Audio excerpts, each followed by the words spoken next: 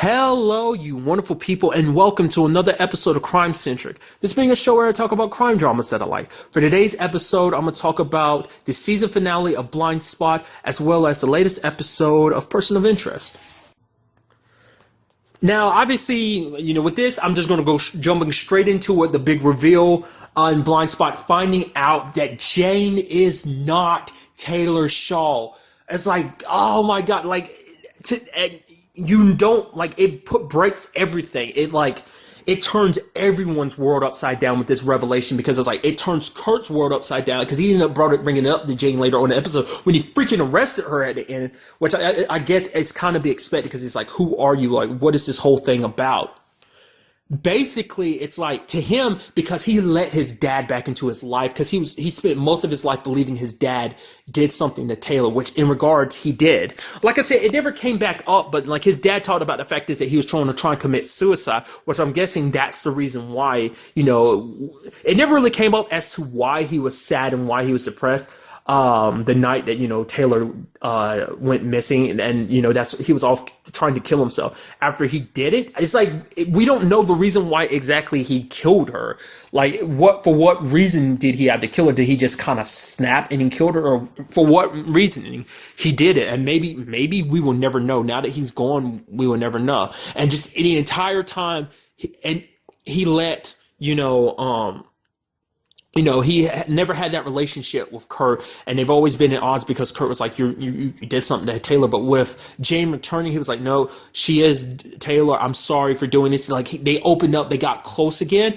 And I guess that's finally what pushed his dad over the edge to tell the truth, is because, he went along with it every time he saw Jane, but he knew the truth that he had killed her. But he was not going to ever tell Kurt the truth until he was dying. And it just he had an epiphany, I guess. Because even Kurt had to go to Borden, because he was like, could it be possible that because my dad told me something, and it's like, could it be possible that, he was just out of his mind? And Borden's like, yeah, it could be possible. He's like, or he could have been telling the truth, which is not what Kurt wanted to hear. And he's basically like, what does your gut say? And just Kurt kind of followed it. So him and Sarah, because he told Sarah the truth. And so he was like, they went and looked under the fort that he supposedly buried Taylor under.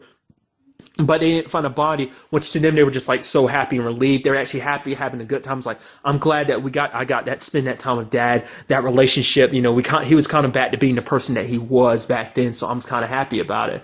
And then he went in that shed getting some more beer or whatever. And then he saw that blueprint that was basically of another fort they had built. Went there, ended up digging it up, and found Taylor's body, like a boot and like her bone and everything. And it's just like, he got close to his dad again. Even his dad was sitting there lying to his face, because, he always had a blind spot. When it came to Jane, because he was so adamant of believing that she was Taylor, that after all these years he had found her again. But that was just, and he's like, I even let him around my nephew, like that. It just, Kurt is going to kind of harden himself up again, because it's like he gonna let himself be a little vulnerable because of Jane. And it's like, after this experience, he's, with the whole situation with Jane as well as with his dad, he's never going to open up again. He's going to shut himself off from people. But in regards of Jane, the reason why it's earth-shattering for her is because she's literally believed this entire time that she was Taylor Shaw. She adamantly believed it, because with someone who had no identity, didn't know who she was, she connected with it, and she was like, Kurt believes it so much. And it's like, she wanted to be Taylor, not only, for herself, but also because Kurt wanted it so badly, because to have that life that they had together, to be able to, she finally felt like she knew who she was, especially, now that she's finally getting her memories back and everything. But Oscar tells her, it's like, nope, you were never Taylor Shaw. We faked the records to make you look like Taylor, because we needed you to get back to Kurt, because the reason why they chose Kurt is because they needed, basically, the whole plan was to get rid of all of Mayfair's enemies, and as well as remove her from the situation, so that Kurt could become the leader of the unit, kind of like what's happening now. And he'll have Taylor by his side to kind of influence and keep an eye on him and everything like that, because they knew Kurt has as much of a checkered past as Mayfair, because of all the, daylight stuff that she was involved in. And that's why, and it's just like, like I said, she was just figuring out who she was. And that whole situation with Oscar as well as Jane, it does make you wonder, like, would things have turned, this whole situation turned out differently if she had a different handler? Because from the very beginning, she was like, because she was remembering, the fact is, before she took the drugs, she's like, do not like be my handler, because like you're going to be too emotionally invested in this. And it makes you wonder, would things have gone a little bit smoother if he had backed away? Because now he tried to wipe her memory again, because it's like, this time things will be different. I'll wipe your memory. Obviously you'll have a different handler. So, because basically she was like, when it's all said and done, I will come back to you. I might not be able to recognize you, because she was a little scared of that, because he was like, what if you don't, because even Oscar was scared of it himself. He's like, what if you don't come back? What if the you that's here in front of me never comes back and you become this hollow shell person that you are? And she's like, basically, stick with me and I will come back to you at some point. And even if I don't, oh well, it's part of the mission.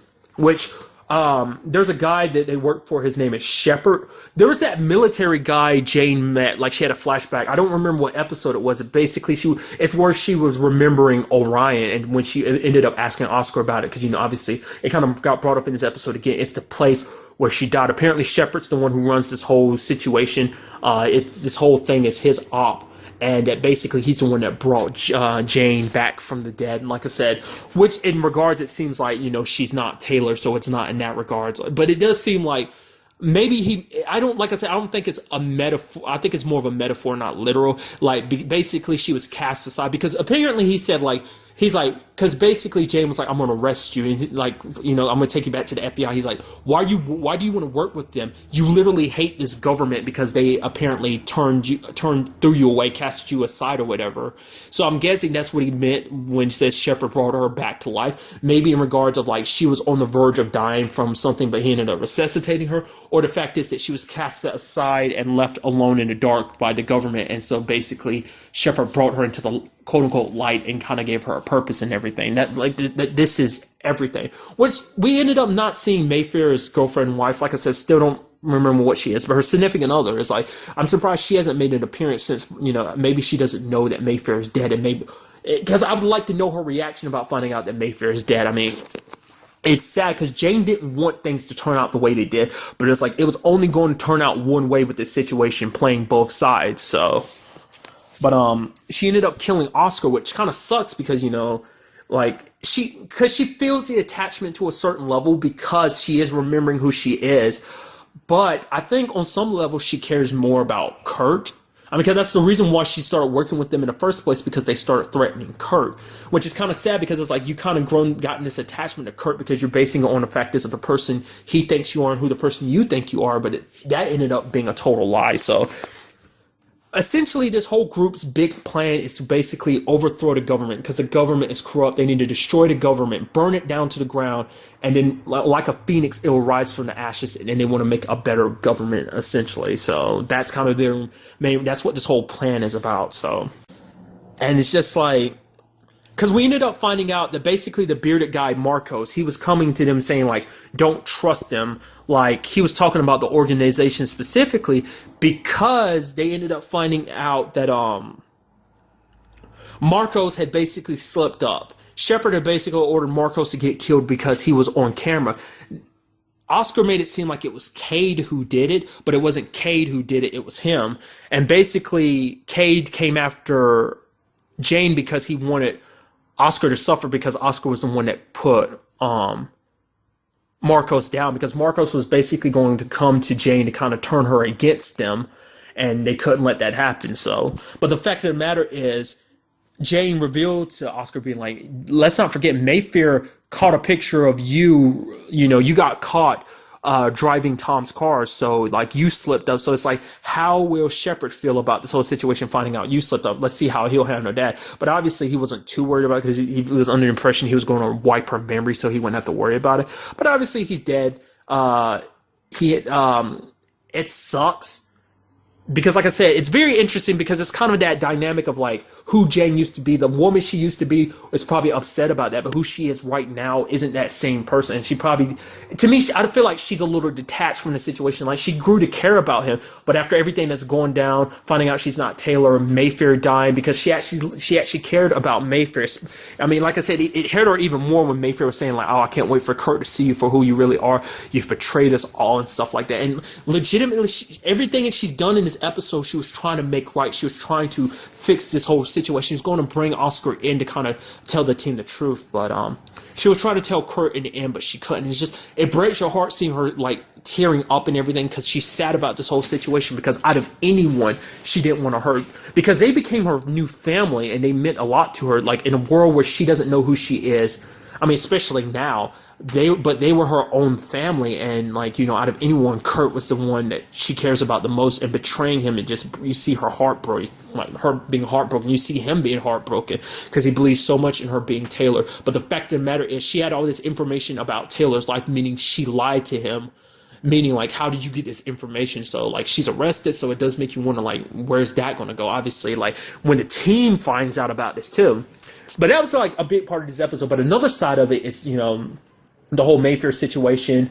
Obviously, Tasha, Patterson, and Reed ended up finding out about it, which Patterson was super upset when she kind of got brought in about this whole situation, because she's like, you know, it was like, they're like, oh, we didn't want you to get you involved with this whole Mayfair thing because we're helping Mayfair out. It's like, it's illegal with a, you know, she's like, it's fine. Bring me in on this. It's like, I'm fine with doing bad things if it meant we were helping out Mayfair. And then later on, finding out about the whole thing about Reed being threatened. She's like, you should have come and told me. Someone threatening you. You guys are my family. Someone threatening you. It's like them threatening me. And it's just like, oh, that's so sweet. Because that situation literally came up twice for Tasha and once for Reed. Tasha was like, if it makes you feel any better, he literally just only told me yesterday. So, but you know, they're finally in on this, but you know, they ended up cracking Mayfair's safe. I did like the Zodiac thing, and it's like, oh, Zapata is the pig, and Zapata looked at Reed and said, shut up, and he was like laughing. He's like, it's not my fault. I'm not the one saying that. It's just the Zodiac saying that. But they end up getting access to her files. There were 3 files. I forgot what the third one was, but the first one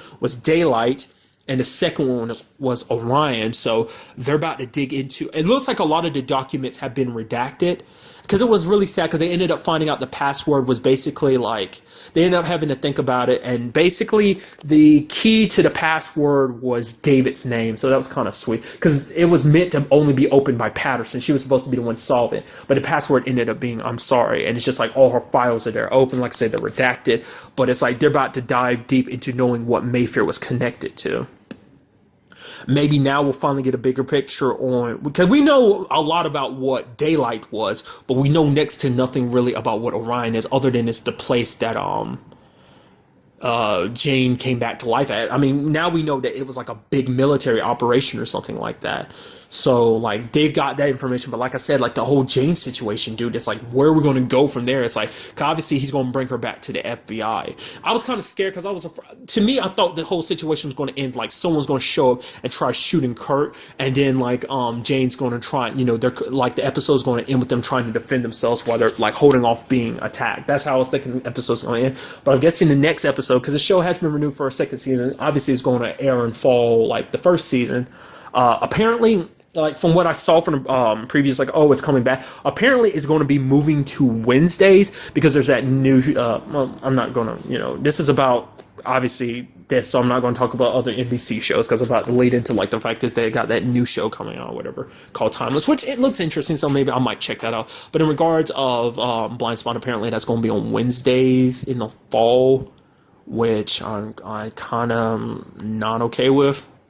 Because you apparently at 8, I don't know, maybe that's where it's starting out at, and then eventually it'll move back to Mondays. Maybe not. I guess we'll just have to wait and see. Just like, I'm super eager to find out, like, everything. It's just like, maybe one point we'll find out who Jane really is. I mean, especially because things are going to get broken down. It's like, because everyone's going to feel betrayed. It's like, oh, she's been working against us the entire time. Eventually, she is going to probably tell them the truth about what's going on, and, like, you know, trying to explain to Kurt that she hadn't meant to hurt him. But it's like, to them, it makes you wonder, like, how's that situation going to work? Because it's like, Jane does have these tattoos, and they do help to certain degrees, but it's like, will they ever trust the tattoos again? It's like, are we just playing into someone else's hands? Will Jane ever be back on the field, out in the field anymore? Because it's like, they'll probably keep her confined to the FBI, because it's like, we can't trust you anymore. Like, you know, because Reed was always suspicious of Jane, but eventually he opened up to her. Like, he eventually started liking her and caring for her. He's always been a little suspicious, but it's just like, you know, especially, like, you know, because he always felt like Kurt's judgment was always hampered when it came to her. So, like, just honestly cannot wait to see what mysteries we end up finding out about next season. And now finally moving on to this week's episode of Person of Interest. This week's numbers dealt mainly with a new couple, a couple that is getting married. Essentially, there's a guy, his name is Turner. Basically, he's the bride's dad. Part of her family. Basically, she's got a whole bunch of sisters. Essentially, they're a pretty wealthy family, but their family's kind of being targeted by activists because apparently they dope their horses and stuff like that. And it seems like, maybe some people are trying to make it, maybe some people are worried because the husband, the groom is trying to, be brought into the family. And basically, if he's brought into the family, that means he's going to get a lot of the money, like a large chunk of the money that's tied to this family, like a large sum of their wealth. And so maybe they're trying to break up the wedding in that regard. And it's kind of very interesting because we have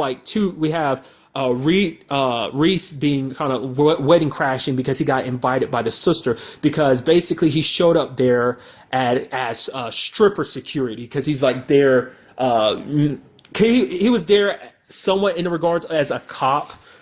Basically to make sure the strippers get, they're being looked after and stuff like that. And the sister came up, the drunk sister came over just like, ooh, like, so what's it going to take to get you out of those clothes or whatever? And basically, she was hitting on him hard, and she ended up inviting him to the wedding because he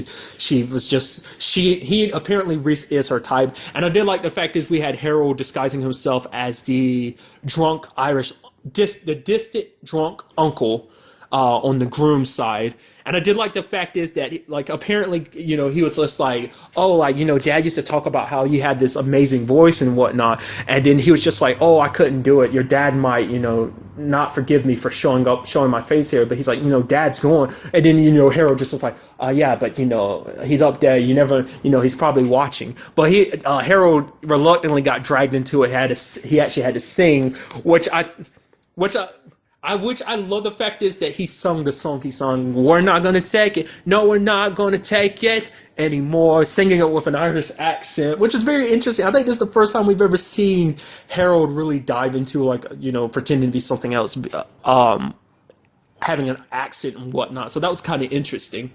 But we also had Root kind of wedding crashing too, which, it kind of kept coming up because she's telling people like, oh, I'm going to a wedding. And they're just like, wait, what? Really? Because when Harold originally talked about going to a wedding, she's like, oh, I could come too. He's like, what? She's like, yeah, she's saying like, I'm a romantic at heart. I like weddings, everyone's ever thought about the wedding and stuff like that. So I'd be kind of, it'd be nice to be at a wedding too, and obviously like I kind of pieced it together just by the way she looked when he ended up leaving and she was there with just Bear. I was like, I was like, you're lonely, aren't you? And that comes up later on in the episode. She's like, or it could be the fact is that I just like weddings. It's like, no, she was lonely, like being down there by herself. She's always like with one of them in one shape or form. Like she might be off, doing a little bit of work here and there, but it's like, no, she's, and when she comes back there, anytime she's there, most of the time, like, Harold's always there. So it just would have been her and Bear. So it's kind of a little sad because it's like, she didn't want to, I feel like a lot of her time has been spent alone. She's never really had many people in her life that were important to her. But, John, Harold, and Shaw have become family to her. They're very important to her. And just not, having them around is just very sad. So that was kind of interesting seeing that side of Root, because it's kind of like, yeah, she's talking about, wanting to go to the wedding. It's like, honestly, you're just lonely. She even visited Fusco, obviously bringing him, because he is investigating all those missing persons. And, apparently this has something to do with one of the particular, like, the new player in town, that guy that's Elias's ally that we saw he returned last episode.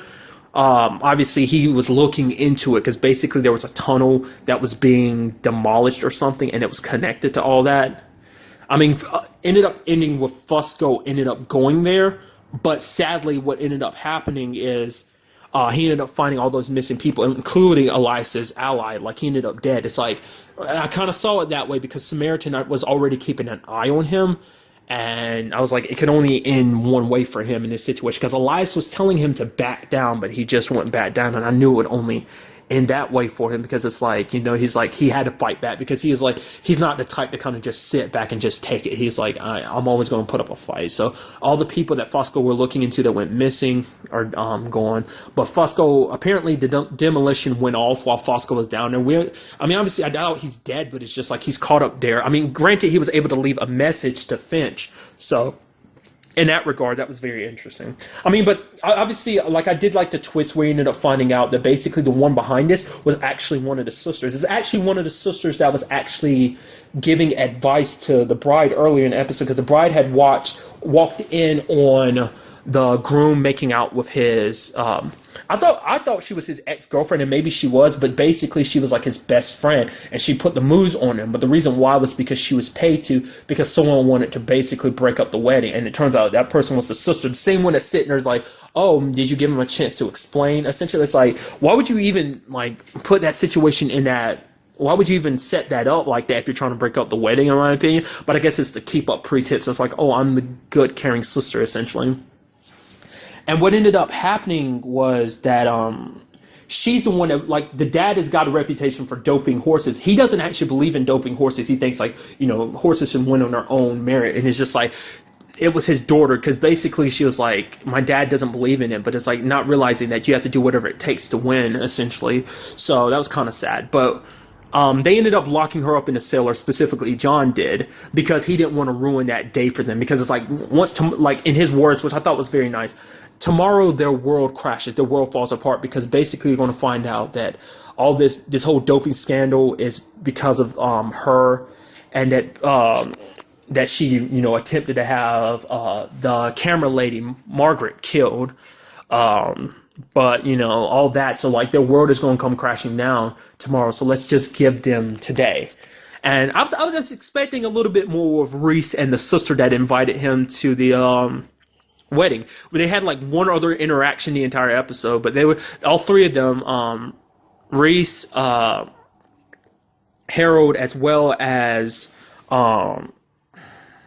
Root, were sitting there, and they were drinking, like, because he had found a very expensive bottle, and they were drinking and having fun, but then you kind of see those smiles disappear. And I'm guessing because it kind of put everything in perspective. It's just like, maybe because of their respective situations, like, them not being with the people they cared about the most, like, for instance, in Root's case, Shaw, in John's case, his wife that he lost a long time ago, and in Harold's situation, like I said, I don't remember if they ever got married. I think they were engaged, weren't they? But his fiance, so maybe that was that, or maybe it was just the thought of just like how, tomorrow, how in fact their world is crashing tomorrow. It's just like, I think in the truth be told, it's like in retrospect, it's because they're the only ones sitting down. Everyone else is kind of paired off, people are in groups talking and stuff like that, but they're kind of there on their own, because they're kind of, in a regards, they have each other, but in a sense, they are lonely themselves, because that's all they have. All they have is that life, and that life's kind of cut them off from other people. It's like outside of that group, because Fusco's like the closest thing to outside of that group they have, because let's not forget, Reese ended up breaking up with his doctor girlfriend because he didn't want her involved in everything, because he needs to be the person he's been in the past to really do what needs to be done. There was that side of an episode. Another side of this episode, which I thought was kind of interesting, I was like, wow, we're getting more Shaw. That's very interesting, because it's like literally a lot of last season after she disappeared, we got very little Shaw, so it's very interesting. I guess what way things are setting up is kind of like, okay, we gotta like close in on Shaw, but basically a large part of that like Shaw experience is basically him saying like, basically we end up finding out that this was the like 7,053rd simulation. Obviously we end up finding out it's 7,054 by the end of it in that regards, but basically he wanted to show Shaw that basically the people she's working for aren't good. I was like, in what regard do you mean that? It's like Shaw wasn't the best of person too, because she did a lot of wet work when she was working with the CIA. It's like they've done some bad stuff in the past, but it's for greater good in some regards. So it's like, what did he mean by that? Essentially, basically, he kept pointing out examples of like people who did some very bad things which led to a lot of people dying. Like, for instance, there's these two guys that were connected to cooling systems like ACs. Basically, they ended up, because of them, a lot of businesses ended up getting shut down. Some ACs didn't get to certain countries, and like certain people ended up dying, like men, like, children and women who couldn't get ACs because they didn't have access to them, just because those people ended up closing down businesses that were connected to making these ACs. So as like they're white collar criminals. So do they really deserve to be just locked up? And it also led to another example is basically like there were these people, one guy who manufactures airplane parts, but he was basically being very cheap about it. Like that's how he was saving tons and tons of money. And he was making a deal with another guy to start using those airplane parts. But it's like, that's going to lead to a lot of people dying. So basically saying like basically it becomes a question of act first or wait and then act. It's like we can in regards to the machine, basically you'd get the numbers afterwards when there's like potential danger, then you'd get the number from the machine. But with Samaritan, it's like we've already established this threat. We take it out now, we end up saving future lives where we don't even have to worry about numbers becoming an issue. It's like we've taken care of the situation. I've already saved the thousands, maybe the thousands of people that possibly could have died because of this faulty manufacturing, later on down the road. Because there was even a situation, the final situation was basically a bomb that basically there were these extremists that were trying to set up, bad relationships between the U.S. and Russia, because it's like, they're getting a little too buddy, and it was going to set up a bomb at a consulate. And it's like, in that same regard, it's like there's tons of people that would have died, but it's like, in that regard, it's like, okay,